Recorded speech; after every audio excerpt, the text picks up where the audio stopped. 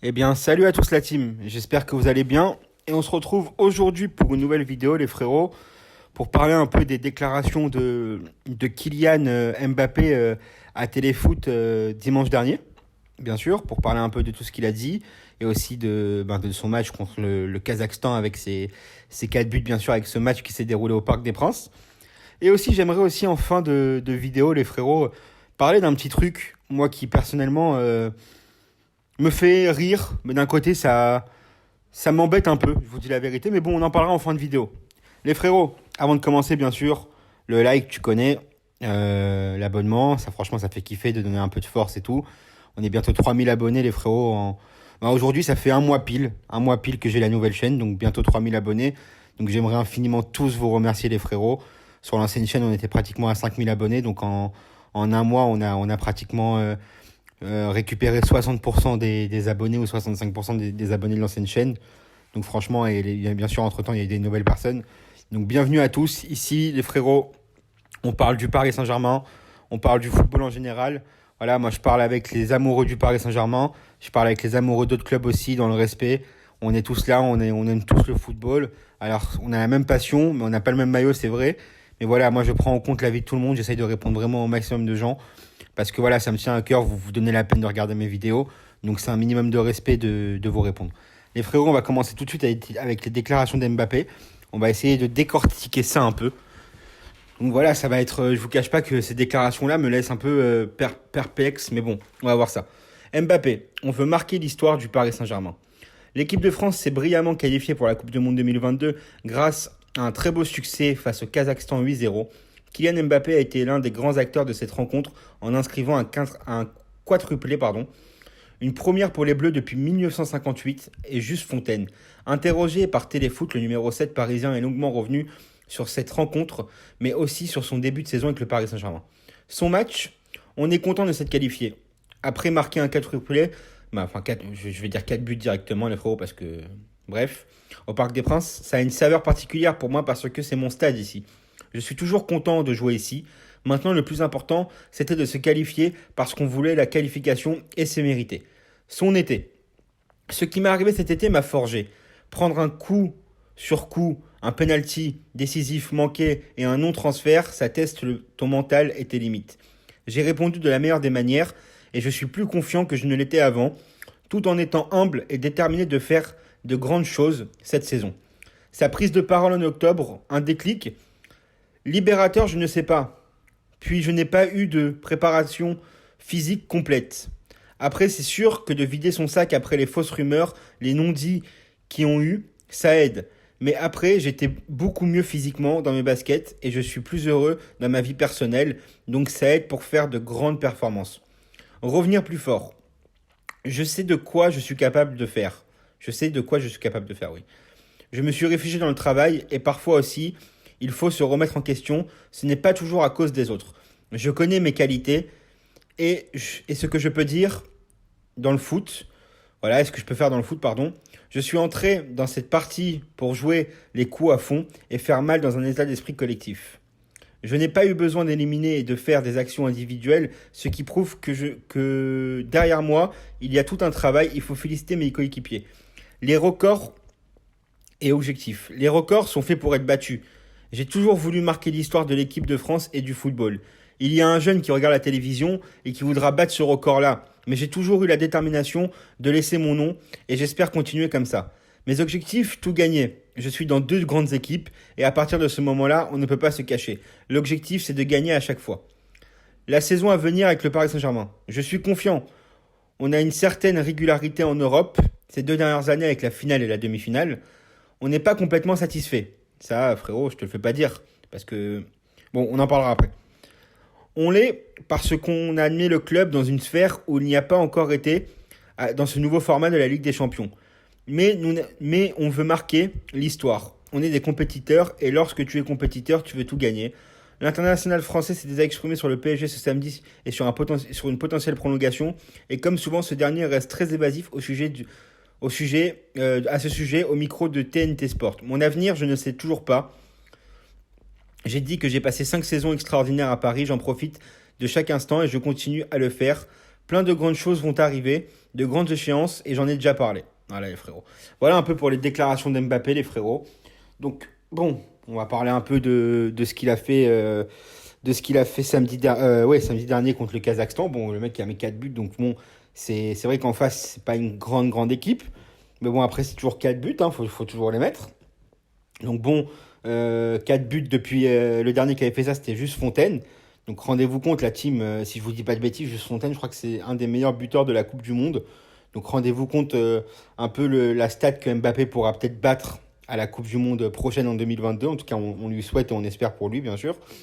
Ensuite, bon, bah, sur son avenir et tout, sur la saison passée au Paris Saint-Germain, sur tout ça. Bon, bah écoutez, la team, personnellement, moi, pour ceux qui me suivent depuis longtemps, vous savez très bien à quel point j'étais enthousiaste sur le fait qu'il puisse potentiellement prolonger avec le Paris Saint-Germain. Lui, en fait, je comprends pas en fait son, comment dire, je comprends pas. Et je sais ce que vous allez me dire en commentaire, les frérots, mais bon, dites-le moi quand même. Hein. C'est pas grave, je vous répondrai un par un et tout.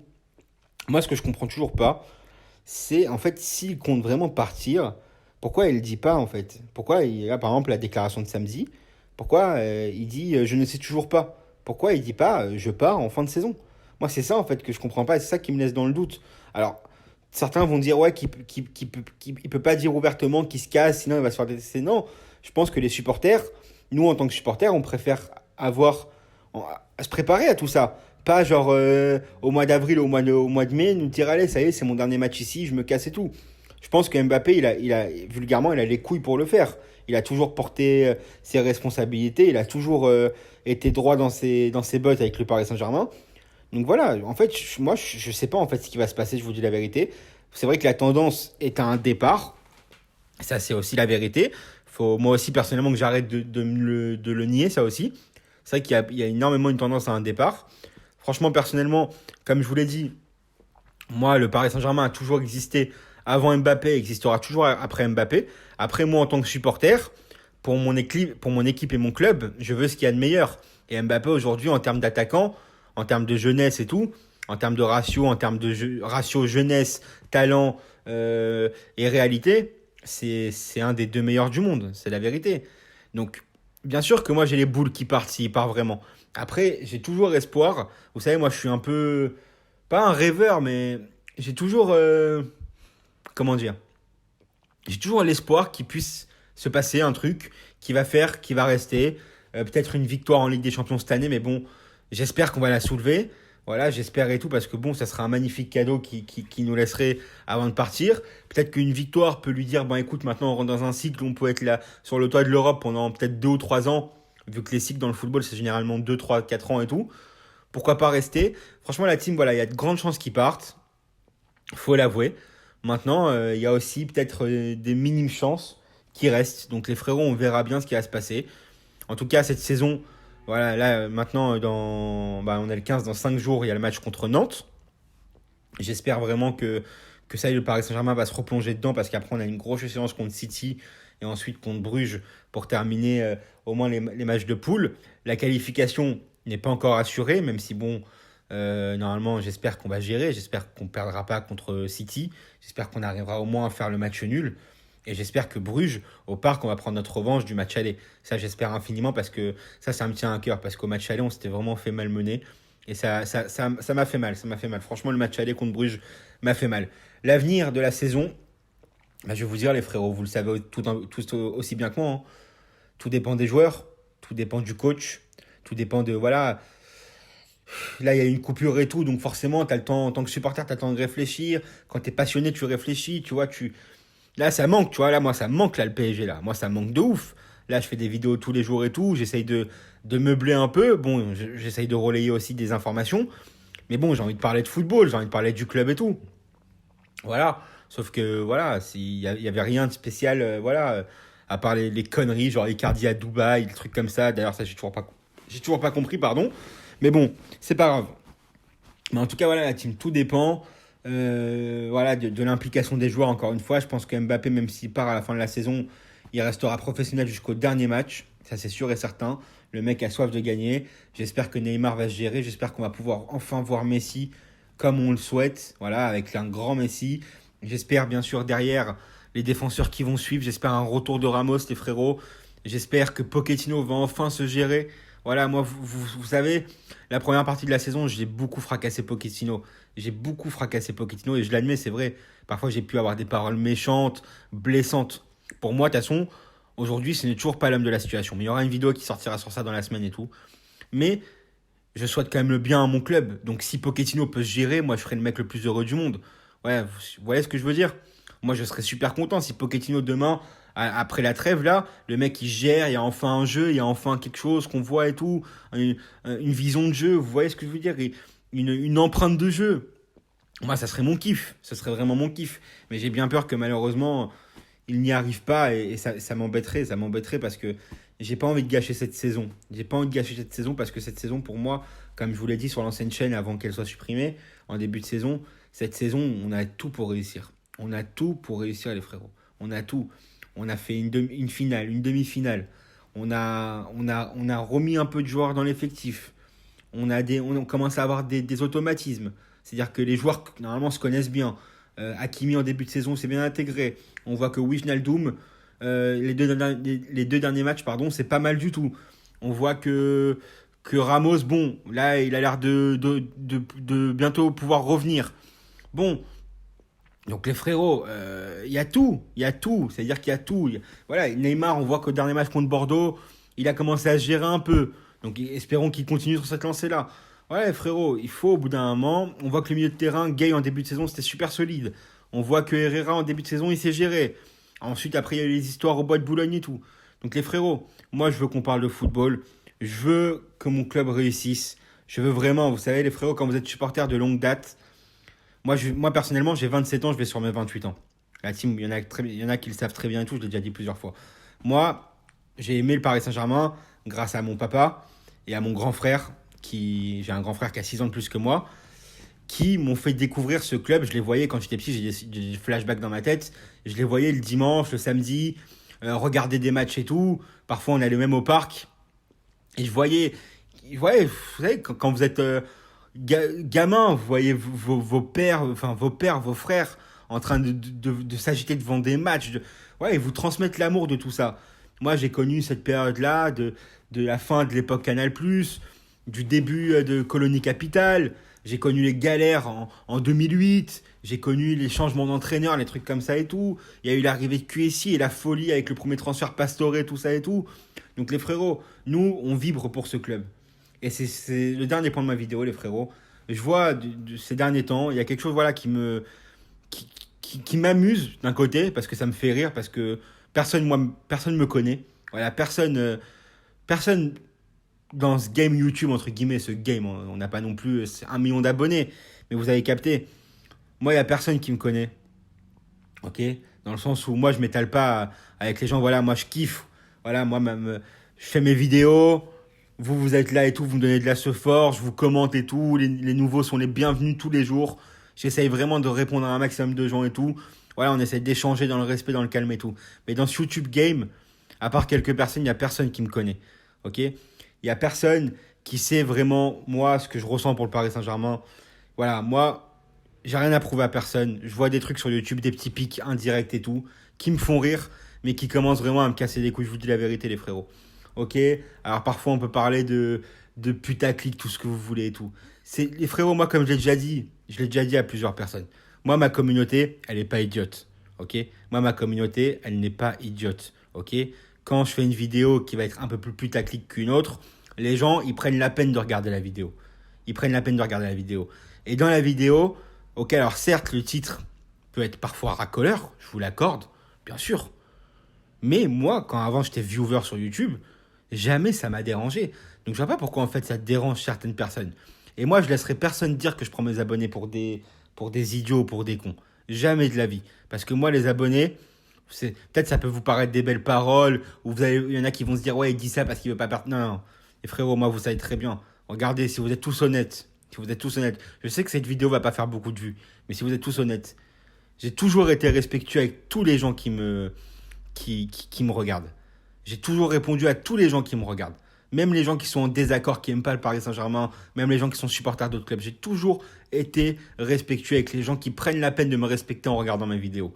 Donc les frérots, moi je laisserai personne dire que je suis une merde. Moi, je laisserai personne m'insulter. Moi, je laisserai personne dire que j'aime pas mon club. Moi, j'aime mon club et je veux le bien de mon club. Et quand je tape des coups de gueule contre Pochettino ou contre certains joueurs, c'est parce que moi, devant ma télé ou quand je vais au parc, j'ai mal. Quand je vois ça, j'ai mal. Parce qu'on a tout pour réussir. On a tout dans ce club pour réussir. On a tout. Et il y a plein de gens qui sont contre nous. Et il y a plein de gens qui sont contre nous. Vous savez, on a la chance sur YouTube d'avoir une grosse communauté de YouTubeurs qui font des vidéos sur le PSG. J'en connais pas 3 ou 4. Il n'y a que des clashs. Il n'y a que des clashs. Moi, demain, si quelqu'un veut me clasher, je vous dis la vérité, les frérots. Vous pouvez me clasher, allez-y, faites-vous plaisir. Faites-vous plaisir, clashez-moi. Mais si vous avez vraiment un problème avec moi, si vous voulez vraiment parler comme des adultes, vous avez mes coordonnées, vous avez mon Instagram, vous avez mon Snapchat, moi je réponds à tout le monde. Et si vous n'êtes pas content sur quelque chose, vous venez en discuter avec moi. Et une fois qu'on en a discuté et qu'on met les choses au clair, si vous n'êtes toujours pas content, là, clashez-moi. Mais ne me clashez pas pour n'importe quoi, des choses que vous ne connaissez pas. Parce que moi, c'est pas quelque chose que je pourrais faire. Moi, jamais je pourrais prendre... Moi, demain, je vois un mec qui, sur YouTube, fait un truc qui me plaît pas. Moi, jamais je prends mon téléphone ou ma caméra pour clasher. Moi, quand je clash quelqu'un, d'ailleurs, je clash personne. Mais bon, parce que je vois pas l'intérêt de clasher les gens, frère. Moi, je fais ma vie. Je demande rien à personne et tout. Moi, j'ai mes vidéos, j'ai ma mif, boulot, tout ça et tout. Bref, vous avez capté. Moi, ça m'intéresse pas. Genre, moi, de rentrer dans des clashs, des trucs interminables, je vois des trucs sur YouTube. Parfois, ça me fait pitié, je vous dis la vérité. Je vous dis la vérité. Comment des gens peuvent, à ce point-là, genre, comment dire, genre, s'acharner sur... Allô, on n'est pas déjà assez dans une société où c'est déjà la merde pour tout le monde, où on est dans un truc qui a été inédit, historique, qu'on n'a pas vu depuis un siècle pratiquement, les épidémies. La vie, elle est trop compliquée, les frérots. Demain, dans la vie, tout peut s'arrêter du jour au lendemain. Ça, l'oubliez jamais, la team. Donc, la team, profitez bien. Et moi, celui qui a un problème avec moi sur YouTube, on se voit, on s'appelle, on se parle, même si vous voulez, même si ceux qui sont sur Paris, on se rencontre, on en discute comme des hommes, face à face, pas derrière un écran d'ordinateur. Donc voilà la team. La team, je vous kiffe, faites attention à vous, et on s'attrape demain pour une prochaine vidéo. Et tout à l'heure, justement, j'ai eu un commentaire où je dis la team tout le temps et tout. Donc la team, c'est vrai que vous avez vu, je le redis en plus. Parfois, j'ai des tics verbaux. Mais bon, vous inquiétez pas, je vais faire en sorte de m'améliorer. De toute façon, bientôt, j'ai promis que, allez, à 10 000 abonnés, je me montre. Franchement, à 10 000 abonnés et tout, je me montre les frérots. Entre-temps, je vais acheter du matos. Je vais me faire un beau décor et tout. Bientôt, en plus, j'aurai peut-être des lives aussi sur le Paris Saint-Germain, sur les matchs. Voilà, pour vivre avec vous, la communauté. Il y aura aussi bientôt aussi des vidéos gaming sur FIFA. Ça, c'est un truc que j'ai grave envie de faire sur YouTube et tout. Donc, les frérots, plein de choses arrivent. Plein de choses arrivent. Donc, la team, un maximum d'abonnements, de pouces bleus. Dites-moi en commentaire ce que vous pensez de cette vidéo. Merci à tous ceux qui ont regardé jusqu'à la fin parce qu'elle dure pas mal de temps. Elle dure 18 minutes. D'ailleurs, je vais m'arrêter ici, les frérots. Faites attention à vous. Passez une bonne fin de journée, la team. Couvrez-vous parce que ça caille dehors. Franchement, je sais pas où vous habitez. Mais en tout cas, sur Paname, ça caille de ouf. La team, faites attention à vous. Et nous, on s'attrape demain. Salut les frérots. Force à vous tous.